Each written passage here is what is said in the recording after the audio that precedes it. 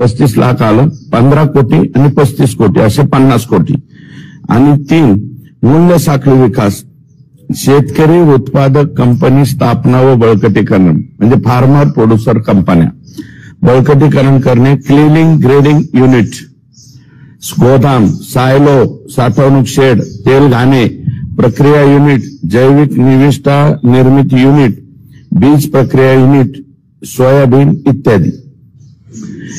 कापसाला 179 कोटी रुपये दिले आणि सोयाबीनला 221 कोटी रुपये असे 400 कोटी असे एकूण 1000 कोटी रुपये राज्य शासनाने मंजूर करून त्या ठिकाणी दिले.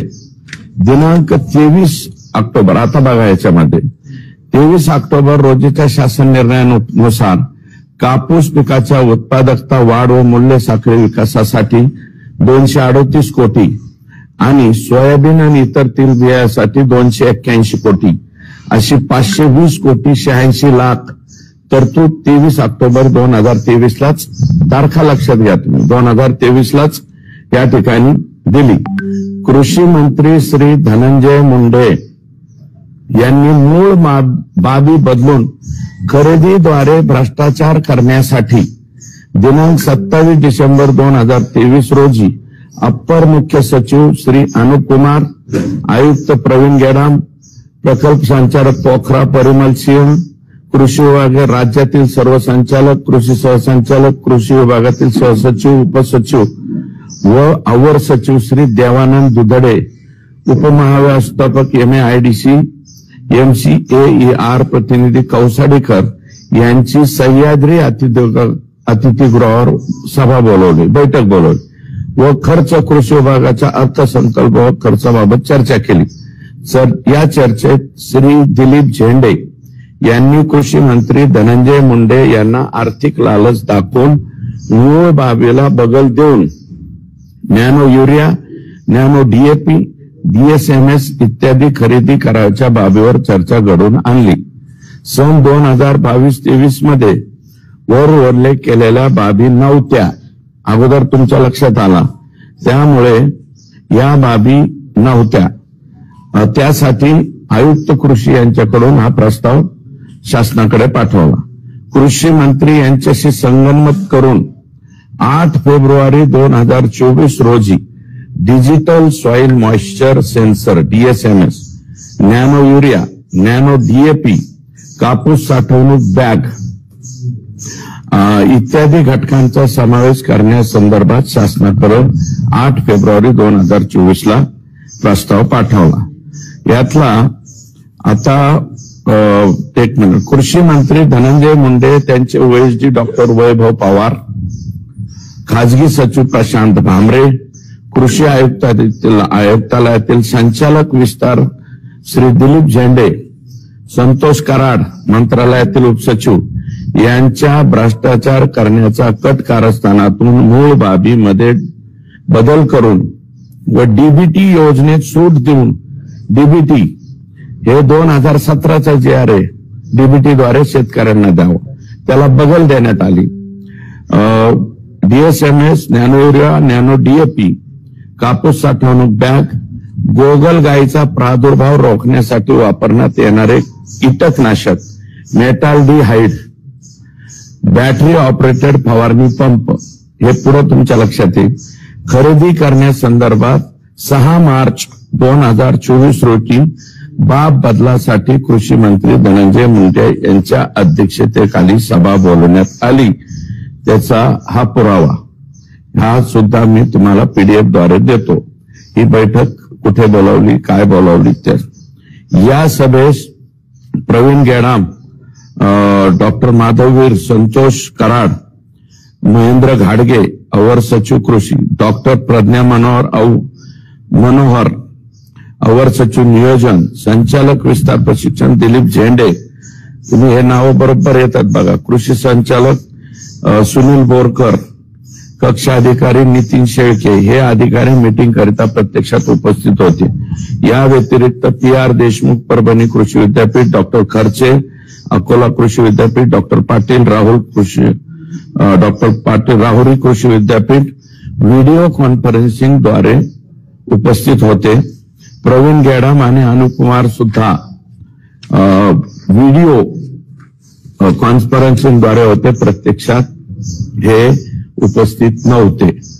याच मीटिंगमध्ये नियमबाह्य पद्धतीने शेतकऱ्यांच्या क्षेत्रीय कर्मचाऱ्यांची कसलीही मागणी असताना, शेतकऱ्याची मागणी नाही, क्षेत्रीय अधिकाऱ्यांची मागणी नाही, कोणाचीही मागणी नाही नसताना वर उल्लेख केलेल्या ह्या बाबी देण्याचा निर्णय 6 मार्च 2024 माननीय मंत्री कृषी यांनी घेतला. दिनांक 12 मार्च 2023 रोजी अमुस अनुपकुमार यांना बदल करण्याच्या कार्यक्रमाबाबत कृषी आयुक्त प्रवीण गेडाम यांनी धनंजय मुंडे यांच्या सूचनेनुसार प्रस्ताव दिला.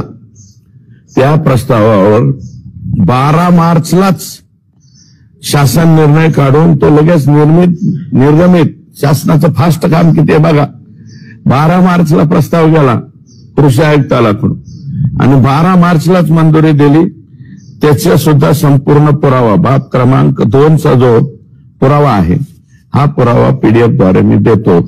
त्याच दिवशी पाठवलेला प्रस्ताव, त्याच दिवशी निर्गमित झालेला शासन निर्णय क्रमांक 2. याच्यामध्ये कापूस म्हणजे बदल कसा केला बघा. डिजिटल सॉइल DSMS ला भौतिक ठरवलं 264, फक्त 10 लाख रुपये ठेवले म्हणजे विद्यापीठाला वगैरे द्यायला. कापूस नॅनो DAP बरं का, आणि हे कधी पात्या लागण्याची अवस्था आणि फुलोऱ्याची अवस्था, हे कधी मार्च महिन्यात, सोयाबीन मार्च महिन्यात असते का, काय संबंध. तर याला 11.50 लाख भौतिक आणि पैसे दिले 69 कोटी 69 करोड. कापूस नॅनो युरिया, कापूस पात्या लागण्याची अवस्था आणि फुलोऱ्याची अवस्था, डिसेंबर मध्येच कापूस संपतो, हे मार्च मध्ये चाललेला उद्योग. 12 मार्च 11.50 लाख भौतिक ठरवलं, 25 कोटी 88 लाख दिले. आणि कापूस साठवणूक बॅग पहिली रक्कम किती होती, 172 कोटी. आता ही 172 कोटी कशी फिरवली बघा, कुणीकडून कुणीकडे फिरवली. कापूस साठवणूक बॅग 1250 रुपये प्रति बॅग आणि संख्या 6,18,032, 77 कोटी 25 लाख, एकूण 172 कोटी 23 लाख. हा आकडा या ठिकाणी बरोबर आणला. सोयाबीन आणि इतर तेलबिया, सोयाबीन मध्ये नॅनो DAP फुले सुरू होण्याची अवस्था 600 ते 500 प्रति पॅक. इथं 7,74,829 शेतकरी ठरवला गेला, 46 कोटी. सोयाबीन नॅनो युरिया, पहिला DAP नॅनो युरिया 7,74,000, 17 कोटी 43 लाख. मेटाल्डिहाइड कीटकनाशक गोगल गायीचा प्रादुर्भाव रोखण्यासाठी, ऍक्च्युअल हे घेऊ नका असं सुनील केंद्रेकरांनी पत्र पाठवलं होतं, ते पुढे मी दाखवतो. तर ते 2,50,000 शेतकरी ठरवले, 25 कोटी. आणि बॅटरी ऑपरेटेड फवारणी पंप, छोटी अवजारे, किट इत्यादी नॅनो युरिया DAP फवारणीसाठी 1,500 रुपये प्रति पंप, हे 5,39,000, 80 कोटी. हे 80 कोटी रुपये इकडे फिरवले.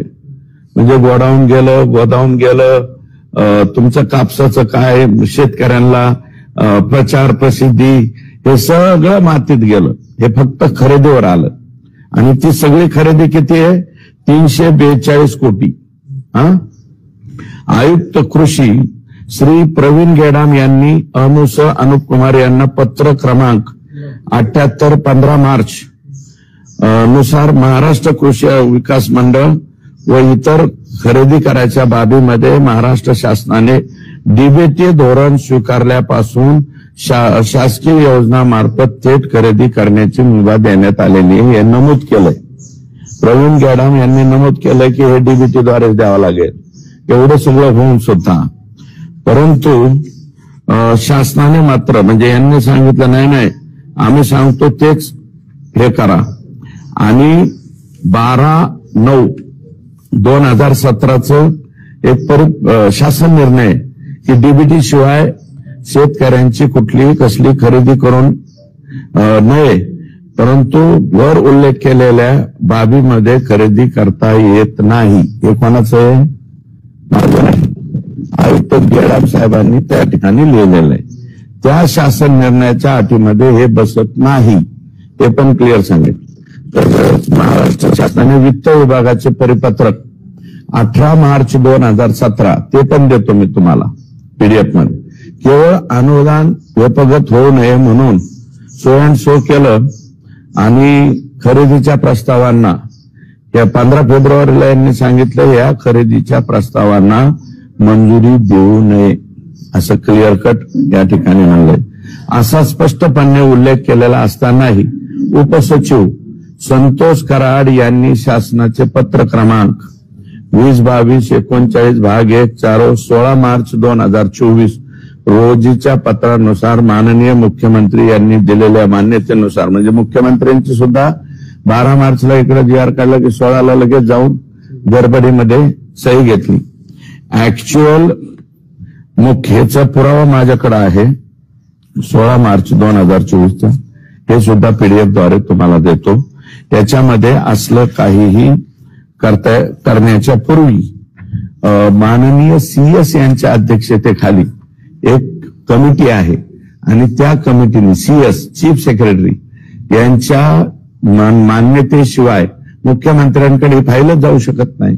गडबडीमध्ये मुख्यमंत्र्यांकडे फाईल नेली आणि त्यांची सही घेऊन संतोष कराड यांनी नॅनो युरिया, नॅनो DAP आणि गोगलवाईचा प्रादुर्भाव सदरच्या निविष्ठांसाठी निधी महाराष्ट्र कृषी विकास महामंडळ MAIDC आणि तत्सम संस्थांना अग्रिम स्वरूपात तात्काळ उपलब्ध करून द्यावा. अग्रिम मोबिलाइज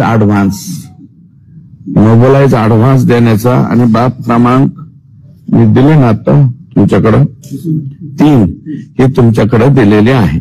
वरील एक निविष्ठा घटकांच्या पुरवठ्यासाठी 12 सप्टेंबर 2017 शासन निर्णयाने इतर कीटकनाशके, सूक्ष्म सिंचनाची साधने, सिंचनाची निविष्ठांचा पुरवठा करण्याच्या ऐवजी अनुज्ञेय अनुदानाची रक्कम बँक खात्यात रोख जमा करण्याचा शासन निर्णयातील तरतुदी सूट देण्यात येत आहे अशी ऑर्डर त्या ठिकाणी काढली. आता पुरावा क्रमांक 4 हा सुद्धा मी आपल्याकडे देतो.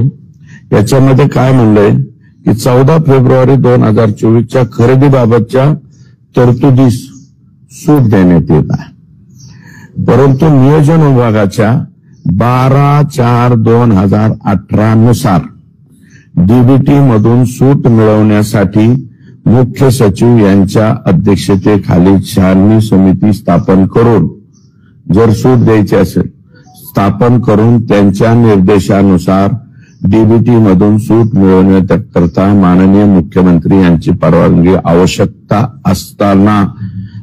असताना देखील अशा प्रकारची परवानगी घेण्यात आलेली नाही. माननीय मुख्यमंत्र्यांच्या हे पण तुम्हाला मी देतो. CS यांची परवानगी घ्यायला पाहिजे होती, ती परवानगी घेतलेली नाही.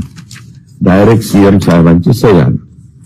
पुरावा क्रमांक 5 अग्रिम मागणी केलेली. यांनी कितीला केली? 121 कोटीची मागणी केली MAIDC. 121 कोटीची निधी मागणारं पत्र कधी दिलंय? 15 मार्चलाच बरं का. आणि लगेच 15 मार्चला अग्रिम देण्याचे आदेश सुद्धा काढले देवानंद दुधडे विकास महामंडळाचे. त्याच्यानंतर सन 23-24च्या परत किती पैसे मागितले? 28 मार्चला पैसे मागितले, 31 मार्चला लगेच दिले. 143 कोटी रुपये अग्रिम कृषी आयुक्तालयाकडे मंजुरी आदेश दिनांक 31 मार्च. पैसे कधी दिले? 28 मार्चला मागितले, 31 मार्चला देऊन टाकले, लगेच पैसे देऊन टाकले. दिनांक 20 ऑगस्ट 2024 रोजी तत्कालीन कृषी मंत्री धनंजय मुंडे यांच्या अध्यक्षतेखाली मंत्रालय मुंबई येथे कापूस सोयाबीन ही जी बैठक झाली होती, या बैठक संपन्न झाली. जयश्री भोज सचिव कृषी, आता सचिव बदलले, व्ही राधा बदलल्या, गेडाम साहेब बदलले, अनुप कुमार बदलले, रवींद्र बिनवडे बदलले. म्हणजे जे जे अधिकारी यांना आडवं पडेल त्याला लगेच बाजूला काढला. संतोष कराड उपसचिव, यातले काही काही नावं वारंवार येत आहेत. उपसचिव कृषी विनय कुमार आवटे संचालक कृषी महेंद्र घाडगे हे मंत्रालयातील कृषी मंत्री यांच्या समवेत व्हिडिओ कॉन्फरन्सद्वारे रवींद्र बिनवडे सहसंचालक विस्तार सुनील बोरकर राहुरी अकोला परभणी हे सगळे उपस्थित होते. 300 कोटी या सभेमध्ये 300 कोटीपेक्षा जास्त निधीची आवश्यकता असल्याने कृषी मंत्री धनंजय मुंडे यांनी 10 ऑक्टोबर 2024च्या 100% अनुदानावर थेट वितरित करण्याकरता 13 सप्टेंबर 2024 रोजी 331 कोटी रुपयांचा प्रस्ताव संचालक विस्तार विनय आवटे यांनी सादर केला. श्रीमती प्रतिभा पाटील उपसचिव यांनी 500 कोटी रुपये अतिरिक्त निधी देण्याच्या मान्यतेस निर्णय शासन निर्णयाद्वारे जाहीर केला आणि दोनही अग्रिम रक्कम 264 कोटी 93 लाख अग्रिम देण्यात आलेला आहे. कोणाला? महाराष्ट्र कृषी उद्योग विकास महामंडळाला. त्याच्यानंतर बाब क्रमांक 7 हा 5वा पुरावा माझ्याकडे आहे अग्रिमचा. 6वा पुरावा सुद्धा आहे. पीडीएफ देतो डिटेल, म्हणजे ह्या तारखेला मागितलं की या तारखेला, म्हणजे आज अर्ज न उद्या कर्ज. काही बँकांची जाहिरात असते ना, आज अर्ज उद्या कर्ज किंवा 2 तासात कर्ज. काही काही ऑनलाईन सुद्धा कर्ज देतात, त्याच्यापेक्षा सुद्धा महाभयंकर प्रकार आहे. 28 तारखेला ऍडव्हान्स मागायचं द्यायचं. मोबिलाइज ऍडव्हान्स 1995 साली मला वाटतं कृष्णा कोरे महामंडळामध्ये मोबिलाइज ऍडव्हान्स मरून प्रचंड मोठं राजकारण झालं होतं. हे मोबिलाइज ऍडव्हान्स परत माननीय धनंजय मुंडे साहेबांनी आज अर्ज उद्या कर्ज या स्वरूपाने या ठिकाणी दिलाय. आणि त्यात काय काय चुका करून ठेवल्या ते मी पुढं या ठिकाणी आपल्याला सांगतो. महाराष्ट्र राज्य यंत्रमाग महामंडळ मर्यादित यांनी देखील 77 कोटी 25 लाख रुपयाची आवश्यकता असल्याचे पत्र कृषी विभागाला दिले 16 मार्चला. कृषी आयुक्तांनी 31 मार्चला लगेच निर्गमित करून टाकले. 28 मार्चला 16 मार्चचा GR बॅगा द्यायच्यात ना, बॅग 6 बांधाची बॅग 577 पुढे येईल. तर त्याचा 77 कोटी रुपयाचा 31 मार्चलाच पैसे ऍडव्हान्स या ठिकाणी दिले. तुम्ही बघा ना, ह्याचं टेंडर कधी झालं, काय झालं ते पण पुढच्या बाबी. बॅटरी ऑपरेटेड स्प्रे पंप बाजारात या पंपाची किंमत 1500 रुपये महत्तम, परंतु महामंडळाने 3425 रुपये आणि 60 पैसे किंमत लावलेले आहे. म्हणजे या बाबीमध्ये 45 कोटीचा भ्रष्टाचार झालेला आहे. हा जो काही पुरावा क्रमांक 7 आहे तो पण मी आपल्याला या ठिकाणी देतो पीडीएफच्या माध्यमातून. दुसरं, बॅटरी ऑपरेटर स्प्रे पंप निविदेमध्ये निविदेचा विषय वेगळा दाखवलेला आहे. ही निविदेचा कागद, याच्यात काय दाखवलं, फक्त वरती कृषी गोडाऊन वगैरे ब्रँड असं नाव लिहिलं. टेंडर मध्ये ह्या बाबी टाकल्याच नाही, ह्या बाबी फार खाली टाकल्या. म्हणजे टेंडर काढताना सुद्धा अतिशय डोक्याने टेंडर काढलेला आहे. त्याचा पुरावा हा माझ्याकडे आहे. या टेंडर मध्ये नॅनो युरिया बॅग किंवा असा काही समावेश नाही. हे टेंडर काढताना सुद्धा कोणालाही काही कळू नये अशा पद्धतीचं हे टेंडर काढलेलं आहे. ठराविक लोकांना MAIDC हे चालवणारे अधिकारी, कृषी विभागातले काही ठराविक अधिकारी ज्यांच्या पोस्टिंगच्या आकडे मी तुम्हाला सांगतो, तुमचं डोकं चक्रावून जाईल, महाराष्ट्राचं सुद्धा डोकं चक्रावून जाईल अशा प्रकारची प्रयत्न केला आहे. वेगळा विषय देऊन महाराष्ट्राची दिशाभूल करण्याचा प्रयत्न केलेला आहे. आणि factory premises and manufacturing agriculture institute under कृषी उद्योग ब्रँड असं टायटल दिलं आणि त्याची दिशाभूल करून टाकली. टायटल काय दिलं हे सुद्धा पीडीएफ तुम्हाला देतो मी. हे तुमचं पूर्ण वाचल्याच्या नंतर लक्षात येईल, तमाम महाराष्ट्राच्या लक्षात येईल. कृषी मंत्री धनंजय मुंडे यांनी निविष्ठा खरेदीची बाब बदल करून एकूण MAIDC साठी 264 कोटी आणि यंत्रमाग महामंडळाकरता 77 कोटी असा एकूण 342 कोटी 19 लाखाचा निधी या ठिकाणी दिला. आता ही खरेदी, या खरेदीमध्ये नॅनो युरिया 112 रुपये प्रति किलो 500 मिली पॅक होता. घेताना किती घेतलाय? 220 रुपये. म्हणजे याच्यात 21 कोटी 26 लाखाचा भ्रष्टाचार. हे डायरेक्ट पैसे बाजूला निघाले. 21 कोटी 26 लाख. 2 नॅनो DAP 300 रुपये प्रति 500 मिली पॅक बाजारात मिळतो. यांनी घेतलाय किती? 590 रुपये. म्हणजे 300 रुपये आणि 590 म्हणजे किती झाला? 10 रुपये कमी डबल. 10 रुपये कमी डबल. याच्यामध्ये 56 कोटी 76 लाख रुपयाचं अलगत बाजूला काढले गेले. बॅटरीचे कम हात चलाखीत संचलित स्प्रे पंप 1500 रुपयाला पाहिजे होता. हा घेतलाय 3425 रुपयाला. आणि 45 कोटी 53 लाख रुपये इथेही बाजूला काढले.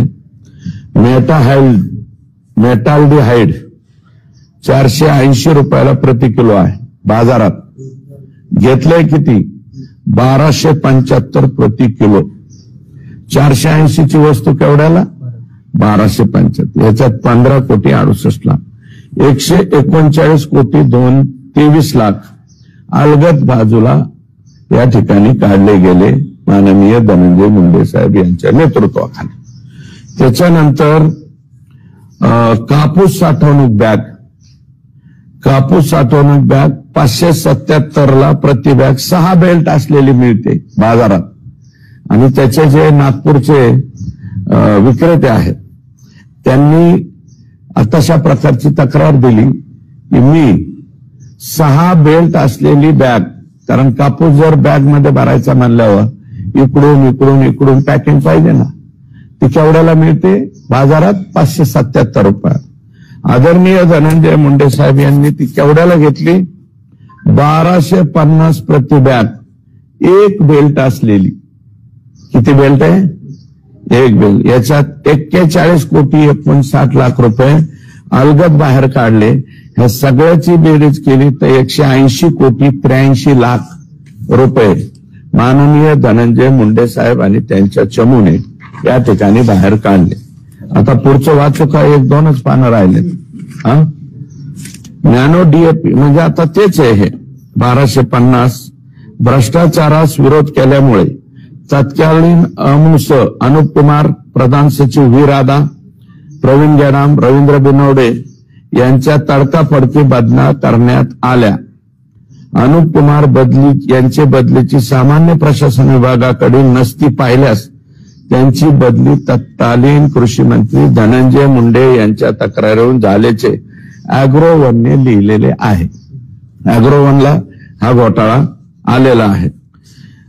धनंजय मुंडे यांचे खासगी सचिव प्रशांत भामरे, खरेदी प्रक्रिया सांभाळणारे डॉक्टर वैभव पवार, कृषी विभागाचे संचालक दिलीप झेंडे, त्यांचे तत्कालीन संचालक विस्तार व गुण नियंत्रण विकास षण्मुख पाटील, मंत्री कृषी यांनी मोठ्या प्रमाणात मोबदला मिळवून देण्यासाठी तत्पर असणारे तत्कालीन कृषी सहसंचालक पुणे श्री रफिक नाईकवाडी हा सुद्धा यातला मेन ऍक्टर आहे. हे जे ऍक्टरच्या वरचे नाव आहे ना, म्हणजे यात कोण अमिताभ बच्चन, कोण विनोद खन्ना, कोण धर्मेंद्र, कोण शशी कपूर, हे असे यातला रफिक नाईकवाडी सुद्धा मोठालट ऍक्टर आहे. ज्यांनी भ्रष्टाचाराचा पॅटर्न धनंजय मुंडे आणि त्यांच्या कार्यालयातील भामरे भामरे आजही धनंजय मुंडेंबरोबर काम करतात. आणि पवार म्हणजे डॉक्टर वैभव पवार यांचे ओएसडी, आताही मला वाटतं धनंजय मुंडे यांचे ओएसडी आहेत. भामरे त्यांचे PS आहेत.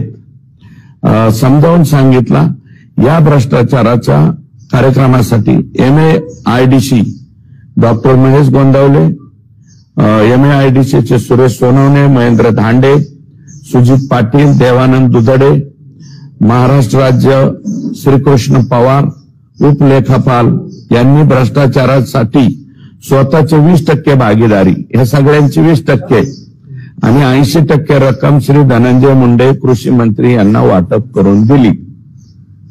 हे उघडपणे या ठिकाणी या चमूने फक्त सर्व कागदपत्रे रंगवलेले आहेत. ही सर्व कागदपत्रे ही भ्रष्टाचार लपविण्यासाठी बनवलेले आहेत. माननीय न्यायालयाला, माननीय लोकायुक्त कार्यालय याच्यामध्ये काही हे आहेत, हे बघा, हे जे डॉक्युमेंट आहेत यात काही PIL दाखल झालेले आहेत. त्या PILची सुद्धा कागदपत्र दिशाभूल करणारी माहिती हे लोक सादर करीत आहे.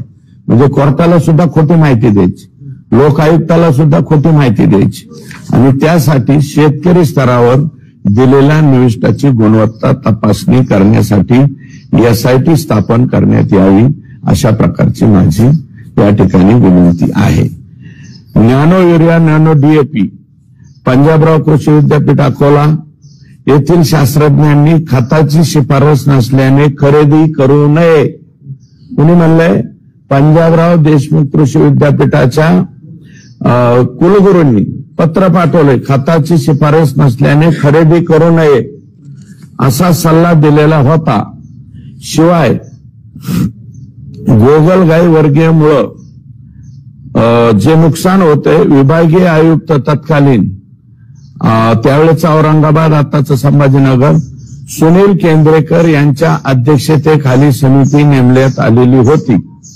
या समितीमध्ये नेहरकर, झवर, पटाईत व सर्व शासन परभणी कृषी विद्यापीठाचे आणि विभागीय कृषी सहाय्यक संचालक छत्रपती संभाजीनगर, लातूर आणि सुनील केंद्रेकर विभागीय आयुक्त छत्रपती संभाजीनगर यांनी अहवाल दिला होता की गोगलगाईच्या नियंत्रणासाठी रासायनिक कीटकनाशकांचा वापर करू नये. कोणी दिलाय? सुनील केंद्रेकर हे आयुष्यभर नीट अँड क्लीन राहिलेले अधिकारी आहेत. त्यांनी काय अहवाल दिलाय?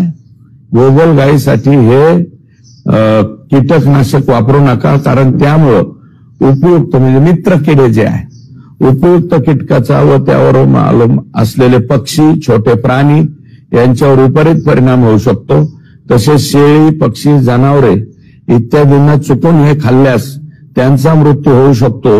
म्हणून मेटाल्डिहाइड ऐवजी प्रतिबंधात्मक, नियंत्रणात्मक उपाय व जैविक व्यवस्थापन असे सुचवूनही तत्कालीन कृषी मंत्री धनंजय मुंडे व त्यांच्या भ्रष्टाचारात सहभागी असणाऱ्या वर नमूद केलेल्या अधिकाऱ्यांनी त्यांचा सल्ला डावलून खरेदी करण्याबाबतचा आग्रह धरला. म्हणजे बघा, दोन अकोला म्हणते, परभणी कृषी विद्यापीठ म्हणते आणि विशेषतः सुनील केंद्रेकर साहेबासारखा अधिकारी म्हणतो की हे करू नका. त्याच्यात पुरा आता लॅब तपासणीसाठीचा हा निर्णय आहे. भारत म्हणजे वाईट याचं वाटतंय, भारत देशात या तपासणीकरिता म्हणजे हे जे साहित्य वापरायचे फक्त 13 प्रयोगशाळा उपलब्ध आहे. परंतु कृषी विभागाने नॅनो युरिया, नॅनो DAP खरेदी केलेलं एकही नमुना न काढता, एकही नमुना न तपासता नॅनो युरिया, नॅनो DAP चांगल्या प्रतीचे असल्याने तत्कालीन कृषी मंत्री धनंजय मुंडे यांच्या सूत्रावरून जिल्हा स्तरावरून तसे प्रमाणपत्र देऊन हा भ्रष्टाचार लपविण्याचा प्रयत्न केला. वाईट याचं वाटतं, इतकी मोठी कंपनी आहे. आपल्याला केंद्र सरकारला यांनी पत्र पाठवलंय, राज्य सरकारने. हे पत्रच माझ्याकडे आहे, 7 ऑक्टोबर 2024. केंद्र सरकारने त्याच्या आधी 29 7 ऑक्टोबरला लिहिलं नाही, 7/11ला पत्र लिहिले. त्याच्या आधी केंद्र सरकारने 29 ऑक्टोबर 2024 ला ज्या 13 लॅब आहेत त्यातली आपल्या वाट्याला कोणती लॅब दिली? Institute of nano science and technology Mohali Punjab. इकडून तुम्ही कोणतेही प्रमाणित करून घ्या. म्हणजे हे नॅनो युरिया नॅनो DAP कुठं पाठवायला पाहिजे होते? मोहालीला पाठवायचे. मोहालीला पाठवण्याची तसदी घेतली नाही, फक्त पत्र कृषी विभागाने 7/11 पाठवलं आणि परत यांनी पाठवले 18/11/2024 ला केंद्र सरकारने यांना institute of nano science technology sector 81 Mohali Punjab हे परत पाठवलंय. या पत्राचा सुद्धा PDF मध्ये मी आपल्याला उल्लेख करून. वाईट याचं वाटतं, इतको मोठी कंपनी आहे, मोहालीकडून तपासायच्या ऐवजी इफको कंपनीने 22/11/2022 खरेदी कधी करताय तुम्ही? आता 31 मार्च 2024. आणि रिपोर्ट कधीचा जोडलाय? कुठला जोडलाय? कालोल युनिट पोस्ट कस्तुरी नगर डिस्ट्रिक्ट गांधीनगर गुजरातचा रिपोर्ट जोडलाय. गुजरातचा रिपोर्ट जोडण्याचं काय कारण आहे? तुम्हाला मोहाली पंजाब जर इन्स्टिट्यूट दिली असेल, हे सगळं 13 इन्स्टिट्यूट केंद्र सरकारने ठरवलेलं आहे. केंद्र सरकारने सांगितलेलं आहे कापूस आणि सोयाबीनच्या बाबतीमध्ये तुम्ही काम करा. ह्या लॅब मधून तुम्ही तपासणी करून घ्या.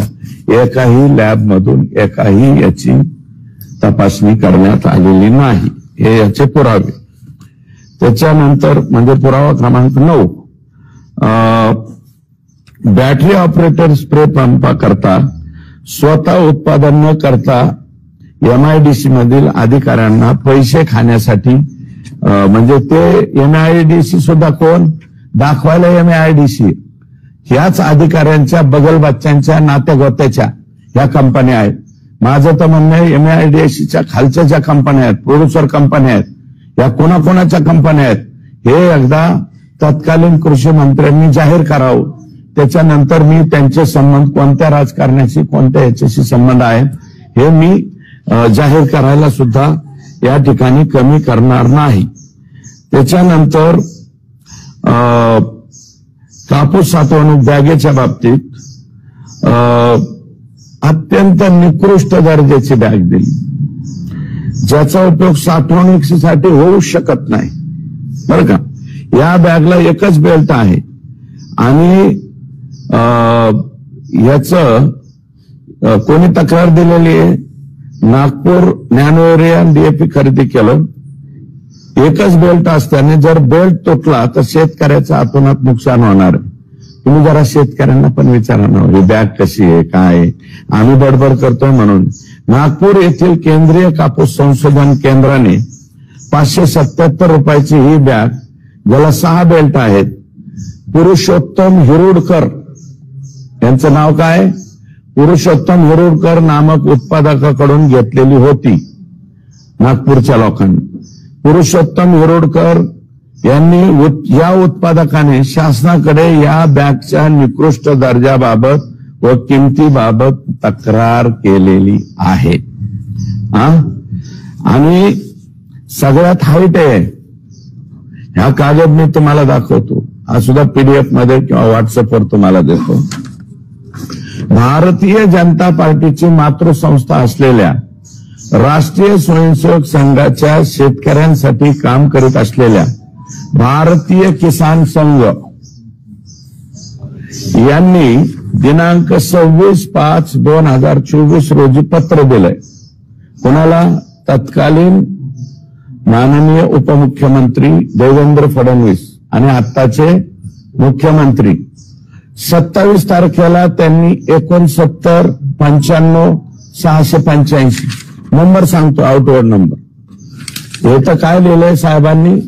तपासून तात्काळ अमोसह कृषी तपासून तात्काळ कार्यवाही करावी, असं पत्र आत्ताचे मुख्यमंत्री देवेंद्रजी फडणवीस, म्हणजे फडणवीस साहेबांकडे कोण कोण गेले? हे नाना आखरे, भारतीय किसान संघ अखिल भारतीय कार्यकारिणी सदस्य, रामराव गोमाशे, नागपूर जिल्हा कार्यकर्ता, दिलीप ठाकरे, प्रांत प्रचार प्रमुख, भारतीय किसान संघ विदर्भ प्रांत, आता हे जे माणसं आहेत हे छोटी माणसं नाहीत ना, भारतीय किसान संघाचे प्रमुख माणसं आहेत. यांनी तक्रार काय केली, शेतकऱ्यांना मिळणाऱ्या वस्तूमध्ये लाभार्थ्यावर अन्याय, लाभ बँक खात्यावर जमा करण्याच्या म्हणजे डीबीटी करण्याऐवजी परस्पर वस्तू खरेदीमध्ये भ्रष्टाचार व त्यात लाभार्थी शेतकऱ्यांची संख्या कमी करणे म्हणून हे पत्र दिलेले. हे कोणाचं पत्र आहे? भारतीय किसान संघाचं, म्हणजे भाजपाची मातृसंस्था असलेला बहुतेक मला वाटतं RSSचं मोदी साहेब सुद्धा डावलत नाहीत. आणि आमचे मुख्यमंत्री त्यांची इन्व्हेस्टमेंट आहे. आणि हे पत्र मी जबाबदारीने सांगतो, अधिकाऱ्याने मला सांगितलं, माझं नाव घेऊ नका, अधिकाऱ्याच्या समोर माननीय आका वाल्मिक कराड यांनी हे पत्र तरा फाडलेलं आहे, फाडून फेकून दिलं हे पत्र.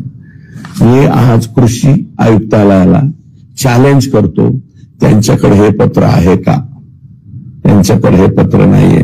मी जे दप्तर तपासले ना, 4,000 4,500 पानं, याच्यामध्ये कुठेही हे पत्र नाही. हे पत्र मला जिथून उपलब्ध राहायचं तिथून झालेलं आहे. मी कुठून केलंय ते, पण माझं मीडियाला विनंती, हे पत्र तुमच्याकडे आहे का? एवढं कृषी आयुक्ताला आला. आत्ताचे कृषी आयुक्त कोण आहेत? नवीन आले, मला वाटतं काय नाव आहे त्यांचं, जे कोणी आले असतील ते सूरज आलेले आहेत. त्यांना सूरज मांढरे साहेब तिथं आले, त्यांना हे पत्र आहे का? म्हणजे RSSच्या भारतीय किसान संघाचं पत्र हे आका जे आता आतमध्ये आहेत, गेलेले आहेत, त्यांनी हे तरा पत्र फाडून टाकलेलं आहे. आणि हे पत्र मग आकाच्या आकाला विचारलं असं ना, फाडून टाकू का? मग फाडून टाकू म्हणलं तर मग देवेंद्र फडणवीस साहेबांना याचं उत्तर द्यावं. माझं मत महाराष्ट्राला म्हणजे फडणवीस साहेबांचं पत्र फाडण्याची हिंमत ही फडणवीस साहेबांचं आणि RSSच्या संघाचं पत्र, भारतीय किसान संघाचं पत्र. आणि हे त्यांच्या कधी लक्षात आलंय? 26/5/2024 अगोदरच लक्षात आलंय की हे असं या ठिकाणी केलंय. वर उल्लेख केलेले सर्व अधिकारी आणि महाव्यवस्थापक, उपमहाव्यवस्थापक इत्यादी अधिकाऱ्यांनी आपसात केलेले संवाद तसेच ठेकेदार यांच्याबरोबर केलेल्या वार्तालापाची माहिती घेण्यासाठी सर्वांच्या भ्रमणध्वनी कार्यालयातील तसेच वैयक्तिक मोबाईल CDR रिपोर्ट मागविण्यात यावेत, त्यांची नार्को टेस्ट करण्यात यावी. यावरून हा भ्रष्टाचार सिद्ध होण्यास मदत होईल असं माझं मत आहे. या भ्रष्टाचाराच्या संदर्भात बरं का, कृषी आयुक्त, कृषी सचिव कागदपत्र मी सगळे उपलब्ध करून घेतलेत. आता हे गठोडं CBI, ED, anti corruption department Maharashtra म्हणजे ACB महाराष्ट्र, माननीय मुख्यमंत्री किंवा माननीय राज्यपाल, केंद्र सरकार यांच्याकडे सविस्तर पुराव्यासह तक्रार दाखल करणार आहे. माझ्याकडे हे सगळं भाड आहे, मी तुम्हाला सुद्धा शेअर करतो. या व्यतिरिक्त कृषी मंत्री धनंजय मुंडे यांनी केलेल्या बदल्या आणि पदोन्नत्या या प्रक्रियेमध्ये सुद्धा 100 कोटी रुपयाचा भ्रष्टाचार केलेला आहे. त्या भ्रष्टाचाराचे आकडे माझ्याकडे आहेत, पण आता हे 2 पान आहेत, वाचू का? अधिकाऱ्या व्हायचे मोजक्या सांग. कृषी विभागात कृषी सहाय्यक 60,000, त्यामध्ये 20,000चा वाटा कृषी मंत्री, उरलेले 40 विभागीय कृषी संचालक, कृषी पर्यवेक्षक 1.5 लाख, रेट 1.5 लाख. म्हणजे निविदा लिहिलंय बरं का, याच्यात निविदा रक्कम, हे माझ्याकडे कागद आहे, त्याच्यात काय लिहिलंय संग्रामजी, आणि निविदा रक्कम लिहिलंय. हे कागद मी तुम्हाला हा सुद्धा शेअर करतो, माझ्याकडे आहे. कृषी पर्यवेक्षक 1.5 लाख, 40 वाटा मंत्र्यांकडे, धनंजय मुंडेंकडे, उर्वरित कृषी संचालक म्हणजे इतर असते. कृषी अधिकारी 3 लाख, क्षेत्रीय मंडळ बदलीचा रेट होता कृषी अधिकाऱ्यांचा, ते संपूर्णपणे धनंजय मुंडेकर यांच्याकडे जात होते पूर्ण. कार्यालयीन कृषी अधिकारी हे रेट कार्ड हे कोणाकडून सापडलंय? त्यांच्याच हाताखालचं काम करणाऱ्या लोकांकडून सापडलंय मला. भामरे, पवार आणि त्यांचे जे संतोष कराड यांच्याकडनंच हे रेट कार्ड माझ्याकडे सापडलेलं आहे.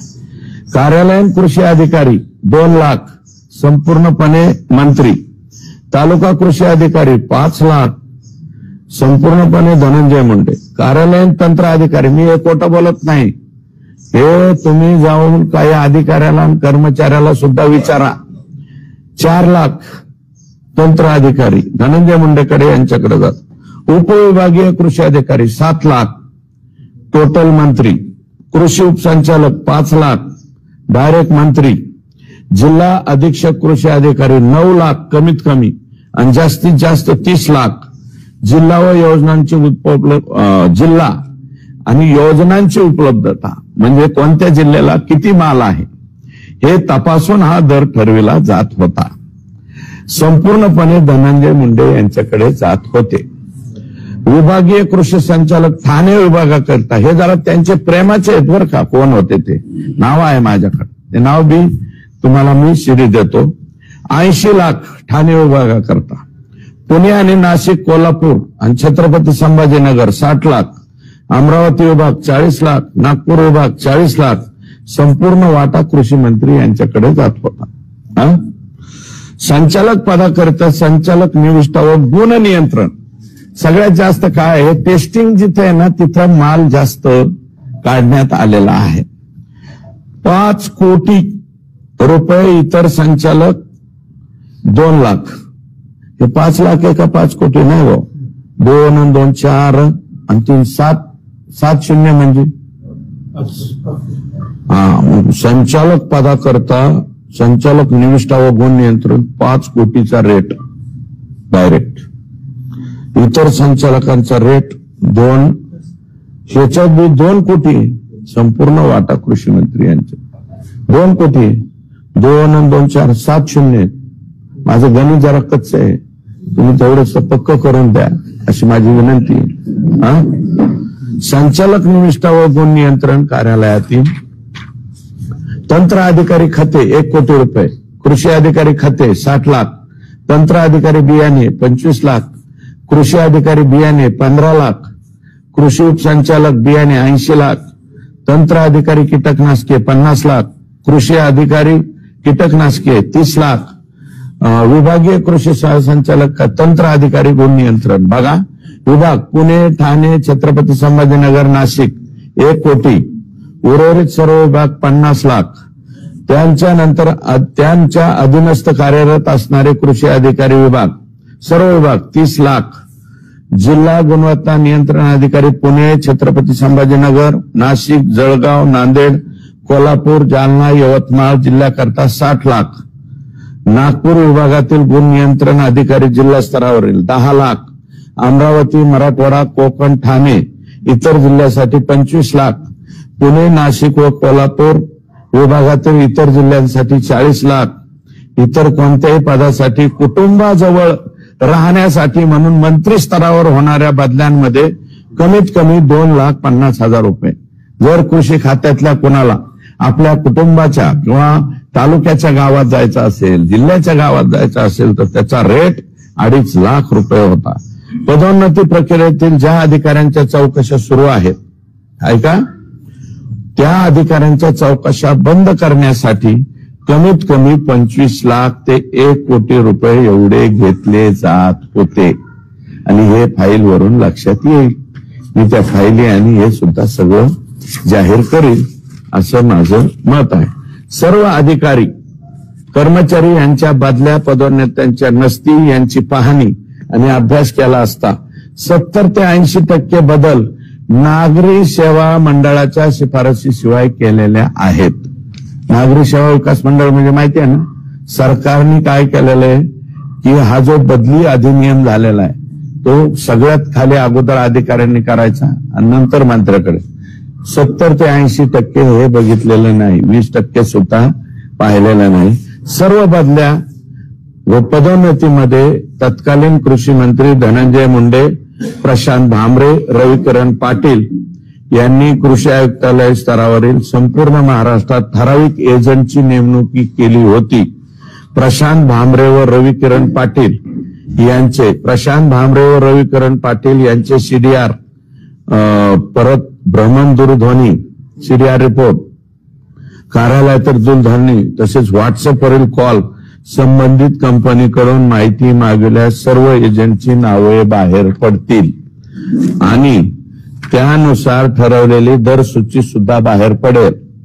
या बदल्यांसाठी सुद्धा एसआयटी चौकशी करावी, कारण हा किंवा ईडीकडे पाठवावा 100 कोटीपेक्षा अधिकच्या रकमेचा हा भ्रष्टाचार या ठिकाणी आहे. याच्यात एकच शेवटचं वाक्य वाचून दाखवतो. हे बदल्याचं रेट कार्ड मी सांगितलं. एक वाक्य माझ्याकडे आलं, निविदेची रक्कम अंतिम करताना कृषी मंत्र्याच्या मर्जीतील खाजगी सचिव श्री भामरे, श्री रविकिरण पाटील, श्री वाल्मिक कराड, म्हणजे वाल्मिकांना आम्हाला वाटत होतं की जिल्ह्याचेच बाप आहेत. ते म्हणले ना, जिल्ह्याचा बाप कोण आहे? आमच्या जिल्ह्याचा बाप वाल्मिकांना. आम्हाला वाटत होतं आमच्या जिल्ह्याचाच बाप आहे, पण हे निविदा ठरवण्याच्या ह्याच्यात बी बाप गेला. तिथं वाल्मिकांना कराड, श्री नागरगोजे तसेच कृषी खात्यातील एक कृषी सहसंचालक, एक अधीक्षक कृषी अधिकारी व एक कृषी उपसंचालक तसेच ठाण्याचे विभागीय गुणवत्ता नियंत्रक. ठाण्यावाल्यावरती जास्त म्हणजे ठाणे म्हणजे कसं काय तिथं गेलाय काय कळा ना बाबा. त्यांचं आणि धनंजय मुंडेंचं कसं जमलं काय, या लोकांनी जमवलं काय. तज्ञ समिती आर्थिक निकषाकरिता बैठकीकरिता बसेल. या तज्ञ समितीचे सदस्य जर वाल्मिकांना कराड असतील तर मग धनंजय मुंडे साहेब तुम्ही या तज्ञ समितीचा अध्यक्ष सुद्धा स्वतः राहायच्या ऐवजी वाल्मिकांना कराडलाच केला असेल ना, हे याच्यावरून दिसतंय. बसेल त्यानंतरच निविदा अंतिम केले जातील. काय वाल्मिकांनाच्या अध्यक्षतेखाली निविदा अंतिम केल्या जातील. निविदा अंतिम केल्यानंतर कोणतीही तक्रार ऐकून घेतली जाणार नाही. आका आले आका म्हणजे आका फक्त बीड जिल्ह्यापुरते नव्हते. गोविंदजी आकांचं कार्यक्षेत्र संपूर्ण महाराष्ट्र होतं. तेव्हा माझी विनंती आहे की माननीय धनंजय मुंडे साहेब, तुम्ही त्या माय माऊली कोण आहेत त्या दमानिया ताई, त्यांना दमानिया म्हणता, अजून काय काय म्हणता, अर्धवट डोकं हे पूर्ण डोकं वापरून मी हे केलं. कृपया माझ्या प्रश्नाची उत्तरं द्या आणि कागदावर लढा आता चालू होऊ द्या. तुमचा लढा चालू होऊ द्या. माझ्यावरती तुम्हाला कोणता खटला दाखल करायचा आहे बदनामीकारकचा, तो खटला तुम्ही दाखल करा. बदनामी 100 कोटीचा करा, 200 कोटीचा करा. माझ्याजवळ तर एवढं नाहीये काही, परंतु जेवढा करायचा आहे तेवढा करा. मी ह्याच्यात माघार घेत नाही बरं का. आणि तुम्ही अंजली दमानिया ताईंनी मला वाटतं हे सगळं सांगितलेलं आहे. फक्त त्यांना याचे डिटेल्स माझ्याकडे जेवढे आलेले तेवढे डिटेल्स नव्हते. हे एवढं माझं झालं. आता तुम्हाला काय विचारायचं असलं तर विचारा.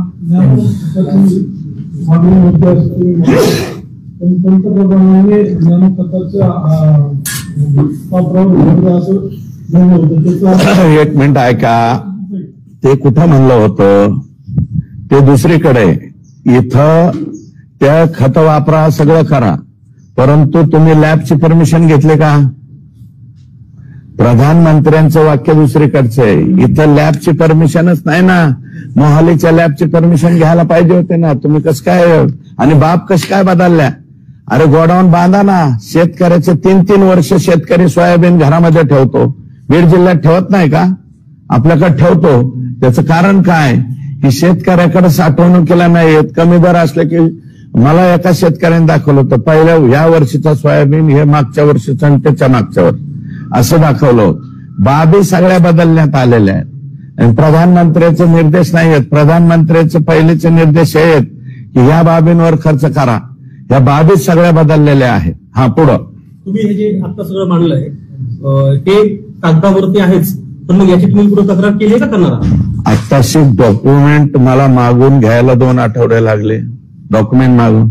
आता मी सांगितलं ना, सीबीआय, ईडी, राज्याची एसीबी, त्याच्यानंतर मुख्यमंत्री महोदयांशी बोलेल मी, आणखी कोणती एजन्सी त्याच्याकडे मुख्यमंत्र्यांकडे तक्रार करेल.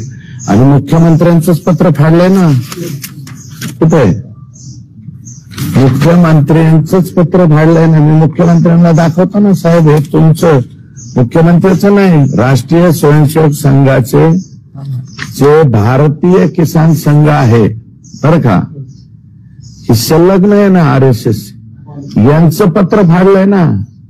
मग आता काय करायचं ते तुम्हीच निर्णय घ्या ना, आम्हाला काय करायचं. आणि एका अधिकाऱ्याने मला नाव न सांगण्याच्या अटीवर सांगितले, माझ्या समोर पत्र घेऊन फाडलंय, ते बी आकाने फाडलंय. आणि आका ह्याच्यात होते, हे PDF देतो ना तुम्हाला.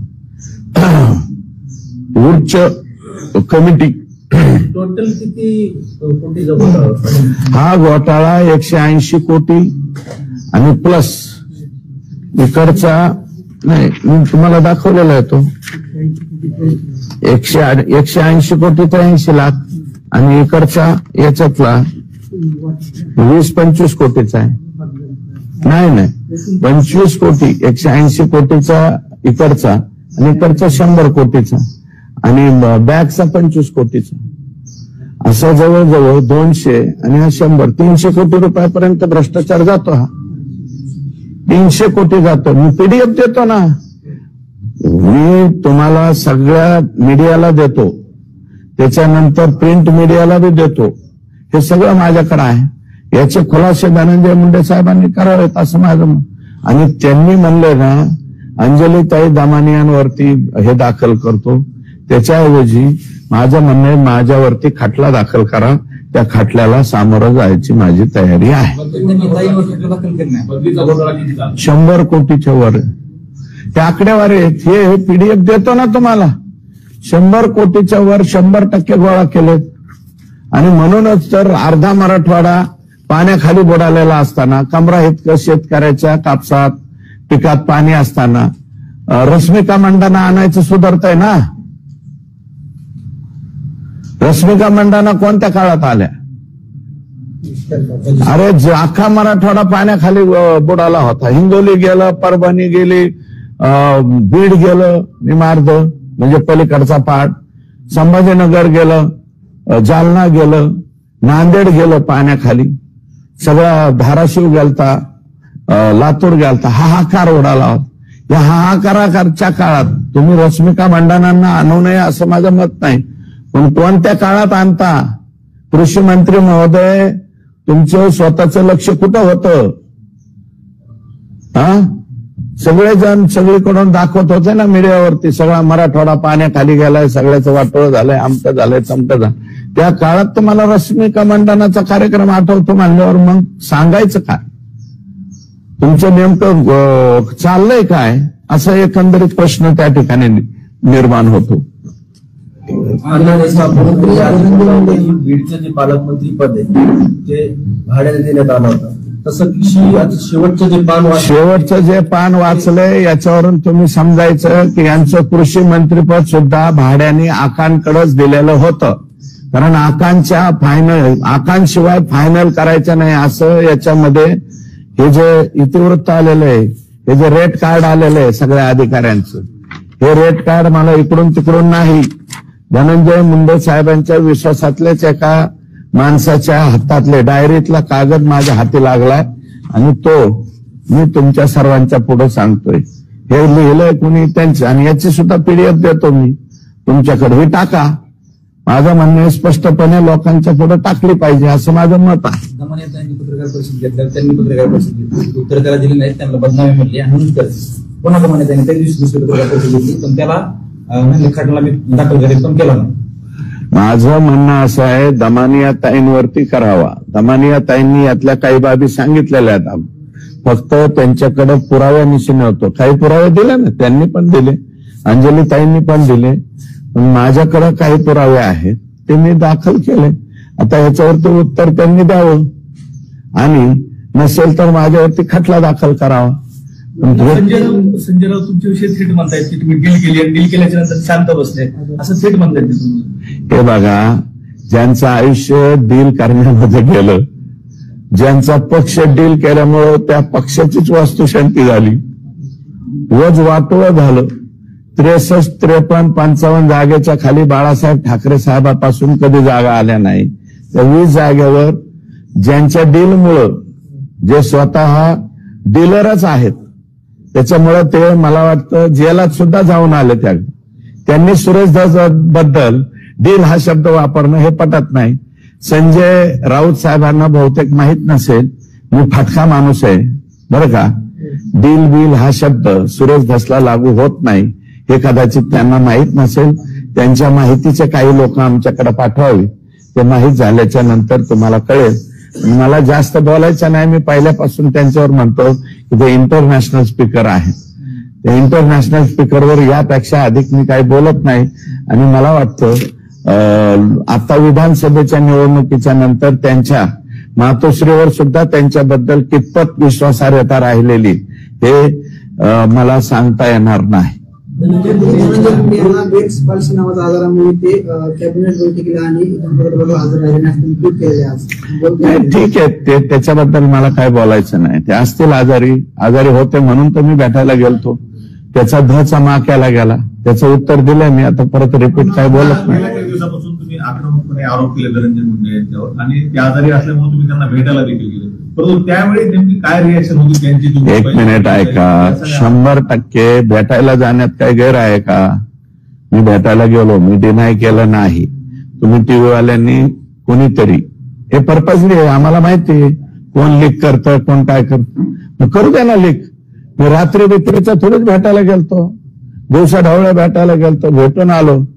हे बघा, एखाद्याचं दुखत असेल आणि दुसऱ्या एक जणांनी सांगितलं की रात्री आजका उचक्या देण्यापर्यंत त्यांची परिस्थिती गेली, दोन्ही डोळ्याचं ऑपरेशन झालं, तर एक मित्र, कंबाईन मित्र म्हणला की तुम्ही भेटून आलं पाहिजे. मी 100% भेटून त्यांना आलो. पण भेटून आलो म्हणजे आता आज काय गप्प बसलोय का मिस्टर पुढारी? मी आज काय गप्प बसलोय का? आता जे आहे बर, मी त्यांना भेटलो आदल्या दिवशी, दुसऱ्या दिवशी 73 कोटीचं जे बोगस, आणि तुम्ही जरा एकदा जा ना कॅमेरे बिमेरे घेऊन. परळी मतदारसंघात रातचे दिवसा कामं चालू आहेत ना. आता जे 73 कोटीचे बोगस पैसे उचलले म्हणतो, मी म्हणलो त्याचे कामं चालू आहेत, असे फोन येत आहेत परळी मतदारसंघात बरं का, की कामं चालू झाली. काही लोक म्हणते जाऊ द्या बाबा, मागचे का व्हायना आता चालू झाली. आणि आत्ताचा जो रोष आणि रोख माझा आहे धनंजय मुंडे यांच्या बरोबर आहे, त्याच्यामुळं कोण काय बोलतं याला काय अर्थ उरतोय का, असं माझं मत आहे. बावनकुळे म्हणाले 4.5 तास तुम्ही त्यांना भेटले. हे बघा, बावनकुळे साहेब आमचे प्रदेशाध्यक्ष आहेत, त्यांनी त्याच्यावरती खुलासा दिलेला आहे. मी सुद्धा खुलासा दिलेला आहे. 20 ते 30 मिनिटाची बैठक झालेली. बोलता बोलता माणसाकडून एखादी चूक होऊ शकते. माणूस हा चुकीचा पुतळा आहे. बावनकुळे साहेब सुद्धा माणूस आहेत ना. बोलता बोलता त्यांनी अर्धा तास म्हणायच्या ऐवजी 4.5 तास म्हणले. पण नंतर मी माझ्या प्रदेशाध्यक्षांचा आभार मानतो ना, त्यांनी 3-4 वेळा मला वाटतं त्याचा खुलासा दिलाय. मग आता त्याच्यावरती मला वाटतं परत रिपिटेशन जास्त होऊ नये, कारण ते राज्याचे प्रदेशाध्यक्ष आहे, त्यांना राईट आहे. त्या राईट प्रमाणे त्यांनी बोलावण्याचा, कारण सरकार महायुतीचं असल्यामुळे. माझ्या इथं महायुतीचं सरकार नाहीये. माझ्या मतदारसंघापुरता महायुतीचा मैत्रीपूर्ण लढत होती, त्याच्यामुळे माझ्या इथं महायुती लागू होत नाही, कारण राष्ट्रवादी काँग्रेस पक्षाचा उमेदवार इथं होता. आणि आमच्या प्रदेशाध्यक्षांनी अतिशय व्यवस्थित खुलासा केलेला आहे. त्याच्यामुळे त्यांच्यावरती सुद्धा आता मला वाटतं तिरपी नजर कोणी ठेवू नये, अशा प्रकारची माझी विनंती आहे. अजितदादांनीच त्यांच्या राजीनामाचा चेंडू आता धनंजय मुंडेंकडेच टाकलेला, तुम्ही कसं बघताय आणि तुम्ही मागताय का? माझं म्हणणं आहे की ह्यांच्या राजीनाम्याचा संपूर्ण अधिकार हा अजितदादा पवार यांचाच आहे.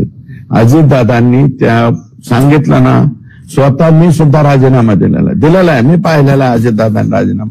आम्ही जरी विरोधी पार्टीत असलो तरी अजितदादांनी राजीनामा दिलेला पाहिलेला आहे. ज्यावेळेस 71,000 कोटीचा त्यांच्यावरती जास्त भ्रष्टाचार व्हायला लागला, 71 कोटी 71,000 कोटी 71,000 कोटी याचा भडीमार झाल्यावर त्यांनी राजीनामा दिला.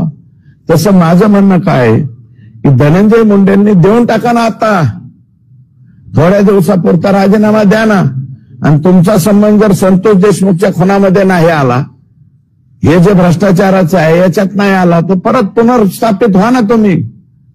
परंतु तुम्ही का चिटकून बसलाय त्याला? कशामुळे अलगद चिटकून बसलाय? आणि त्याच्यामुळे आमची कुठं अजितदादाच्या पक्षाची पाहिजे तेवढी प्रसिद्धी होती, त्याच्यामुळे आम्हाला बी आनंद वाटतोय. कशाला प्रसिद्धी कोणाची होते? याच्यात सर्वाधिक जास्त फायदा धनंजय मुंडे यांनी राजीनामा न दिल्याचा कोणाला होणार आहे?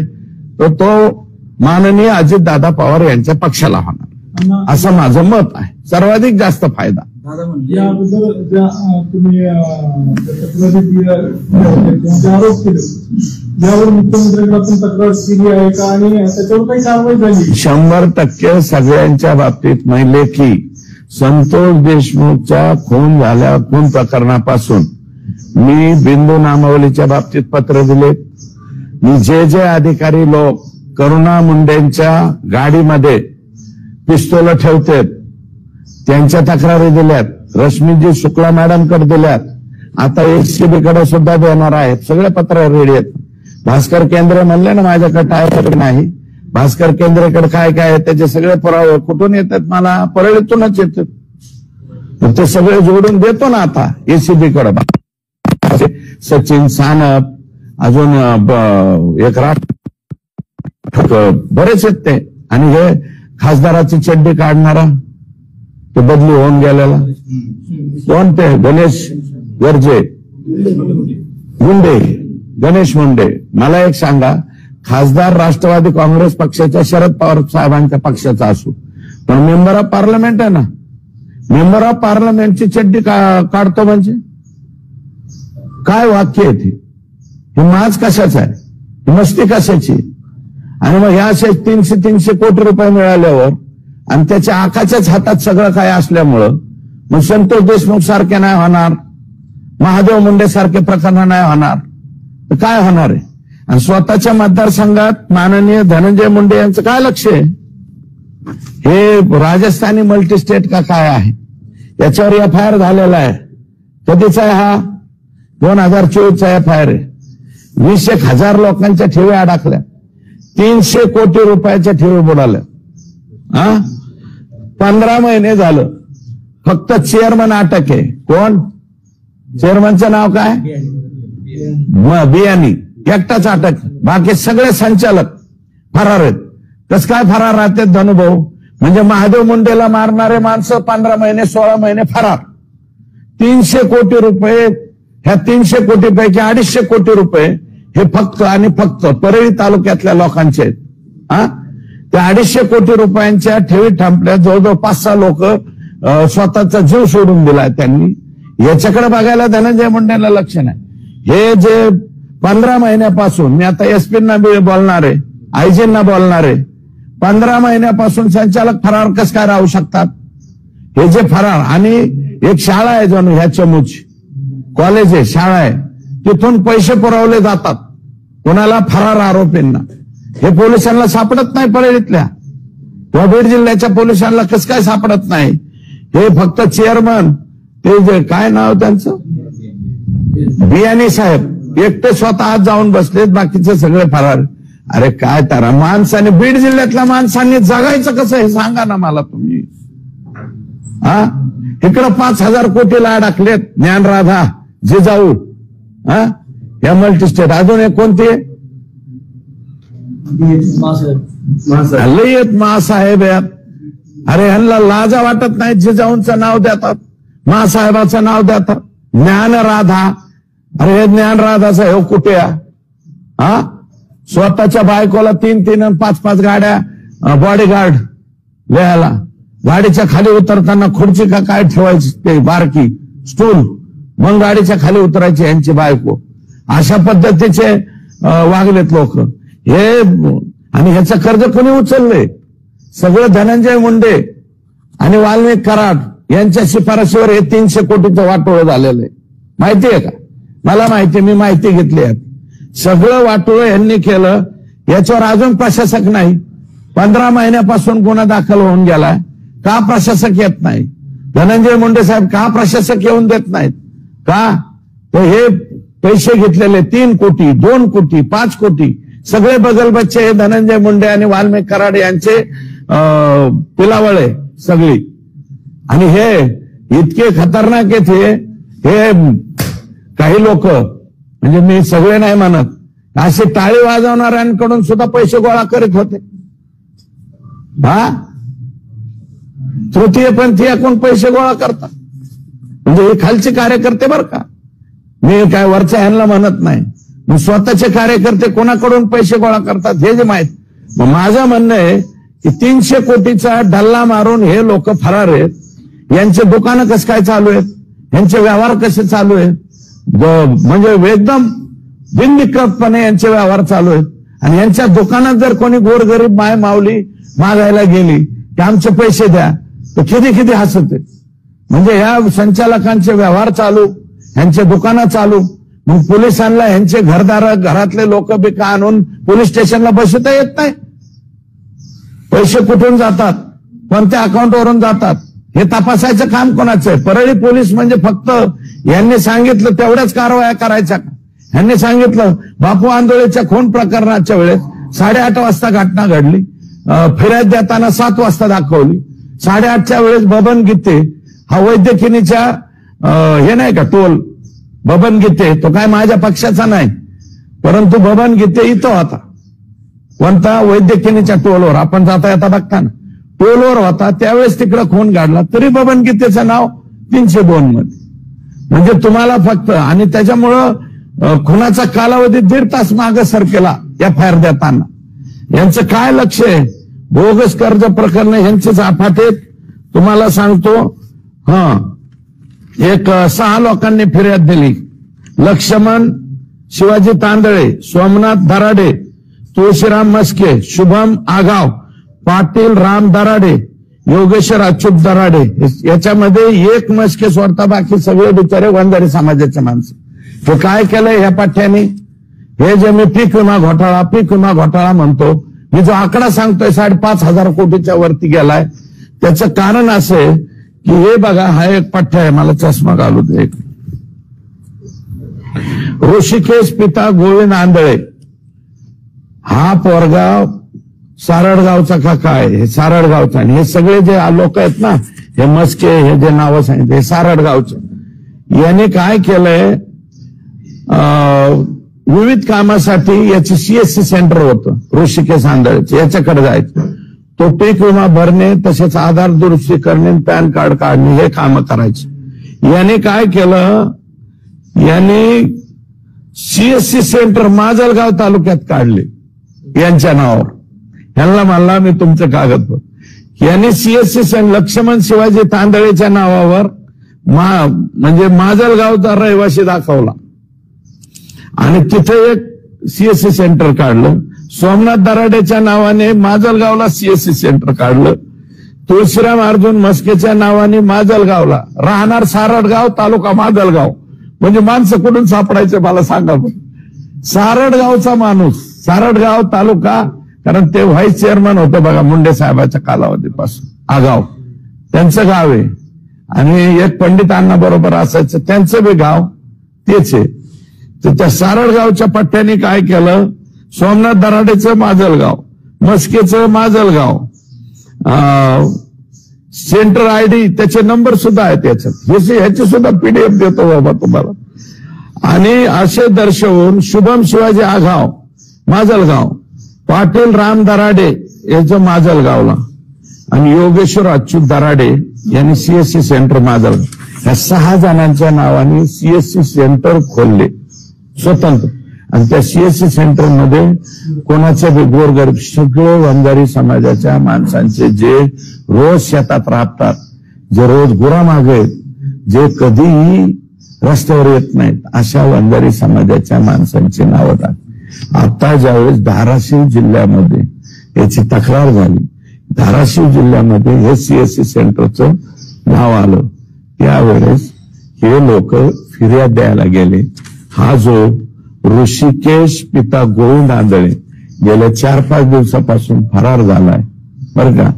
आणि यांनी कोट्यवधी रुपये याच्याकडं किलोमध्ये सोनं आहे असं माझी माहिती, आणि गोल्ड मॅन सारखं सोनं घालतोय, फक्त फुगेसारखा अजून शर्ट शिवायचा हा शिल्लक राहिलाय. दर महिन्याला नवीन आयफोन बदलतो, अशा प्रकारची सुद्धा माहिती माझ्याकडे आलेली. काय धनुभाऊ, आणि तुम्ही परत म्हणता परळीची बदनामी मी करीत नाही. हे बगल बच्चे, आणि मी विचारलं सारळ गावच्या तिथल्या लोक, हे वंजारी समाजाचेच लोक आहेत. तुम्ही काही झालं की जातपात आणता, ओबीसी, मराठा, राम, प्रथम, हे काय, हे तुमच्याच समाजाच्या लोकांची वाटोळ केलं. आणि देशमुख हत्या प्रकरणाला 70 दिवस झाले, त्यांना अन्नत्यागचा 25 तारखेपासून करणार. हो, मी त्यांच्या बरोबर राहील. मी देशमुख कुटुंबियापासून पहिल्यापासून आहे, शेवटपर्यंत राहील. पण सुप्रियाताई आले होते तिथे भेटायला, अगदी म्हणून कर्मचारी सुद्धा उद्या जात आहे, आणि संजय राऊत सांगतात त्याप्रमाणे स्वतः उद्धव ठाकरे पण भेट देणार आहे. 70 दिवसाच्या नंतर आल्याबद्दल आभार. सुप्रियाताई सुद्धा आल्या, काही वेळा माझ्याबद्दल चांगलं बोलले, त्याच्याबद्दल त्यांचा आभार. पण 70 दिवसाच्या नंतर कशाला उद्धव साहेब येतात तुम्ही? आता आमची विनंती, काय येऊन करणार येतात?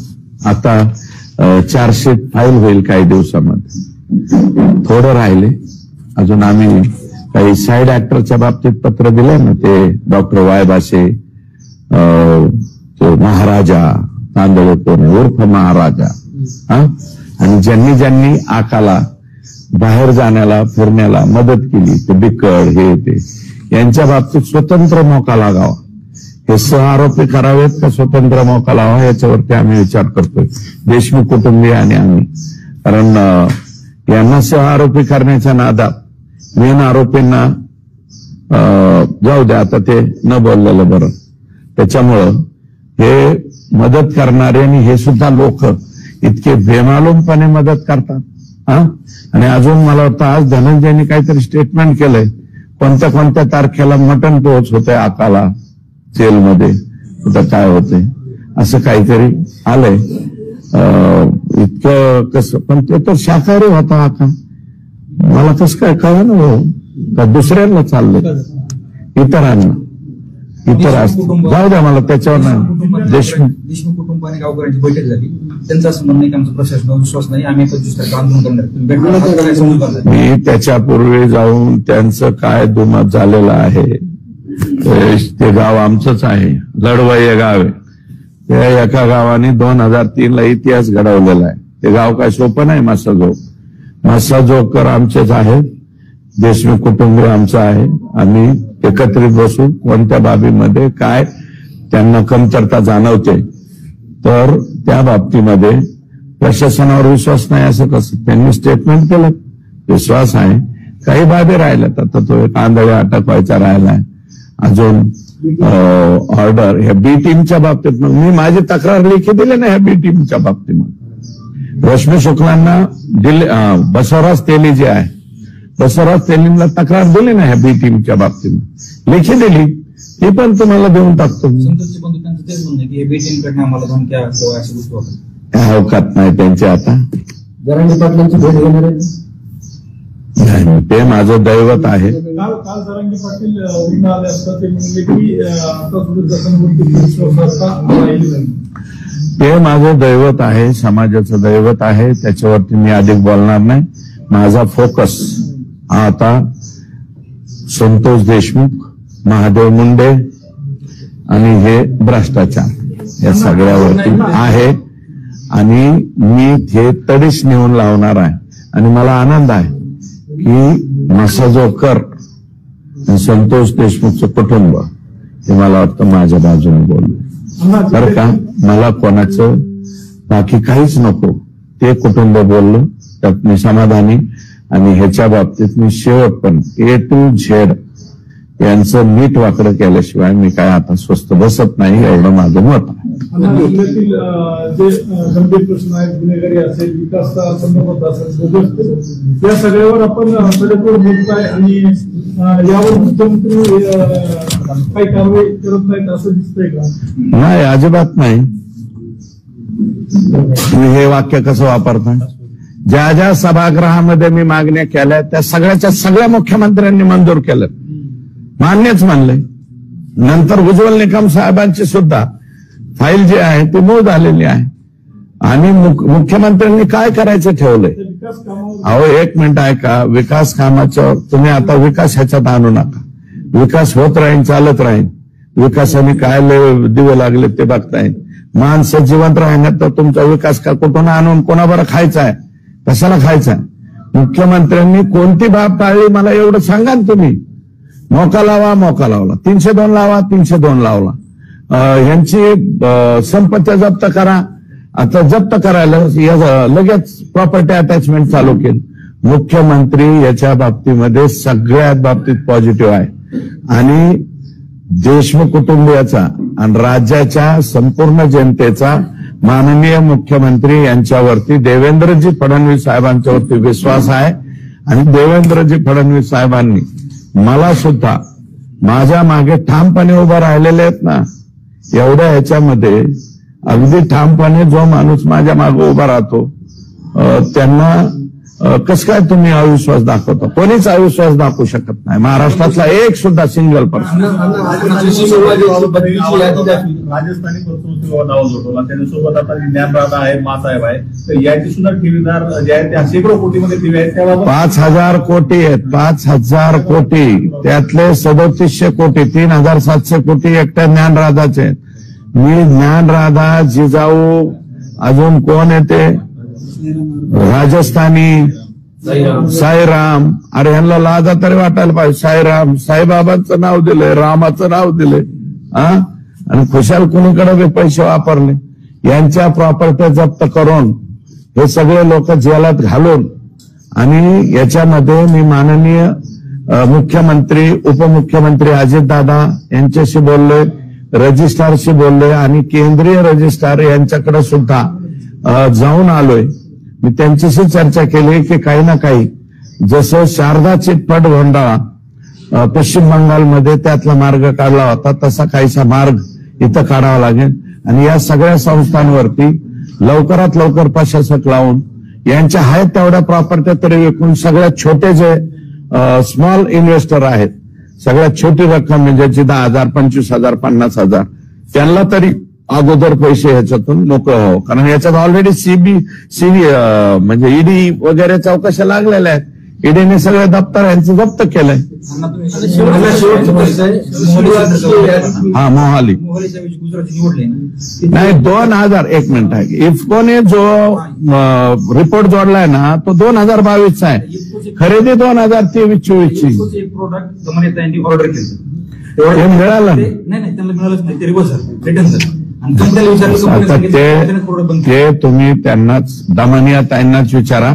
परंतु तो जो रिपोर्ट आहे गुजरातच्या एका लॅबचा आहे, 2022चा आहे, तो नाही. आता केंद्र सरकारने सांगितलेलं आहे मोहालीचा आणा, मोहालीचाच आणायला आम्ही की ज्या ज्या तक्रारी बीड जिल्ह्याच्या संदर्भाने असेल किंवा संजय देशमुख हत्याप्रकरण असेल किंवा विकासाच्या बाबतीत असतील, भ्रष्टाचाराच्या बाबतीत असतील, जे लोक आरोप करतायत आमच्यासमोर माध्यमासमोर अनेक वेळा ते आरोप होत आहेत. मात्र लिखित तक्रार पुन्हा करणं होते आपल्याला असं. कारण आम्ही बघतोय आता तुम्ही तर म्हणजे न उचलणार बाण सगळं दप्तर लेखी माझ्याकडे. मी तक्रारी करतोय. मी जेवढं फक्त टीव्ही समोर बोलत नाही, जेवढं बोलतोय मी दाखवतो ना. शुक्ला मॅडम माझे पत्रव्यवहार दाखवतो, मुख्यमंत्री, आयजी, बसवराज तेली, त्याच्यानंतर मी सगळ्या ठिकाणी एसीबी सगळीकडं मी तक्रारी करतोय. हे ऊर्जा निर्मितीचं जे डिपार्टमेंट आहे, जे राखेचा घोटाळा आहे, त्या राखेकडं सगळीकडे तक्रारी माझ्याकडे अख्खा बंच तयार करून तुमच्या हातात देतोय का नाही, करतोय का नाही ते बघा. बाकीचे लोक, मला कोणाला टीका करायची नाही, काय नाही. जे जे सहकार्य करतात निदान बोलण्याची हिंमत दाखवतात तेवढी तरी बाद झालं. मी मात्र नुसतं बोलत नाही, मी रेकॉर्डवरती सुद्धा आणतोय. सगळे हे आका बाका सगळे जे आहे ते रेकॉर्डवरती मी आणलेले आहे. यादी दाखवली, बदल्याची रेट कार्ड दाखवली, हे डील कोण करायचं? हे भामरे साहेबांनाच विचारा. याचे डील मग आकाच ना. अहो ते हार्वेस्टर मध्ये आकाचंच नाव आलं आणि आका सांगतील तसं करा म्हणाले. 9 लाख रुपये घेतले. काही लोक कंप्लेंट द्यायला पुढे आले, काही लोक नाही. मग यांनी जे जे लोक टीव्हीवर बोलतील त्याला निवडून हे पैसे देते, तुझे किती राहिले धर माघारी. हा, मग त्याच्यामुळे तक्रारी वाढत नाहीत. रिओपन झालेली आहे. हो. आता सध्या तुम्ही बघताय की विशेष पथक स्थापन झाले, 60 जणांची आतापर्यंत चौकशी झालेली आहे. त्यांच्या पत्नी त्यांनी देखील यामध्ये मागणी केली. तर आता तुम्ही पुढे काय करणार? महादेव मुंडे यांच्या प्रकरणाच्या मला वाटतं आता साबळे आणि एलसीबीची टीम अशा पद्धतीने तपास करतायत. मी डीवायएसपी अंबाजोगाईची ज्यावेळेस नियुक्ती केली ती एसपींनी, ऐका एक मिनिट, एसपींनी नियुक्ती केली होती डीवायएसपी अंबाजोगाईची, त्यावेळेस मी एसपींना फोन करून सांगितलं दुसऱ्या दिवशी, अतिशय ढिल्ला अधिकारी दिला म्हणलं, हे तपास करू शकत नाही. आता साबळे का कोण नावाचे अधिकारी दिलेले, मला वाटतं त्यांनी एलसीबी पण सांभाळलेली. एलसीबीचं टीम आणि हे 100% महादेव मुंडेचे पोलीसच्या पुढे काही झाकू शकत नाही. जगात कुठेही झाकण, स्कॉटलँड यार्ड आणि नंतर महाराष्ट्र पोलीस झाकणार नाही, हे उचलून आत घालणार. आणि महादेव मुंडेच्या माऊलीचे डोळ्यातले अश्रू आणि त्याच्या लेकराच्या डोळ्यातले अश्रू हे मी बघितलेले, त्याच्यामुळे त्यांना सुट्टी नाही. आता या सगळ्या प्रकारात तुम्ही बोंबले कुटुंबाचा देखील उल्लेख केला होता. बोंबले कुटुंबाच्या संदर्भात सुद्धा पुन्हा एकदा तपास करून त्या प्रकरणाची कुठपर्यंत तपास आलाय काही? मी माहिती नाही घेतली, त्याची चौकशी चालू आहे. कारण ते आपल्या डोंगरी तलावात बुडून मारण्यात आला अशा प्रकारची त्यांच्या वडिलांची तक्रार आहे, तर त्या बाबतीत सुद्धा मी लक्ष घालेन. मस्ताजोगचे जे लोक आहेत तिकडे अधिकारी होते पंकज कुमार, ते परत पाहिजे म्हणून मागणी करत आहेत. मी पत्र दिलंय मुख्यमंत्र्यांना, ऍडिशनल एसपी अंबाजोगाई म्हणून पंकज कुमावत यांना इथं देण्यात यावं. आता देतात का नाही ते बघूया. थँक्यू.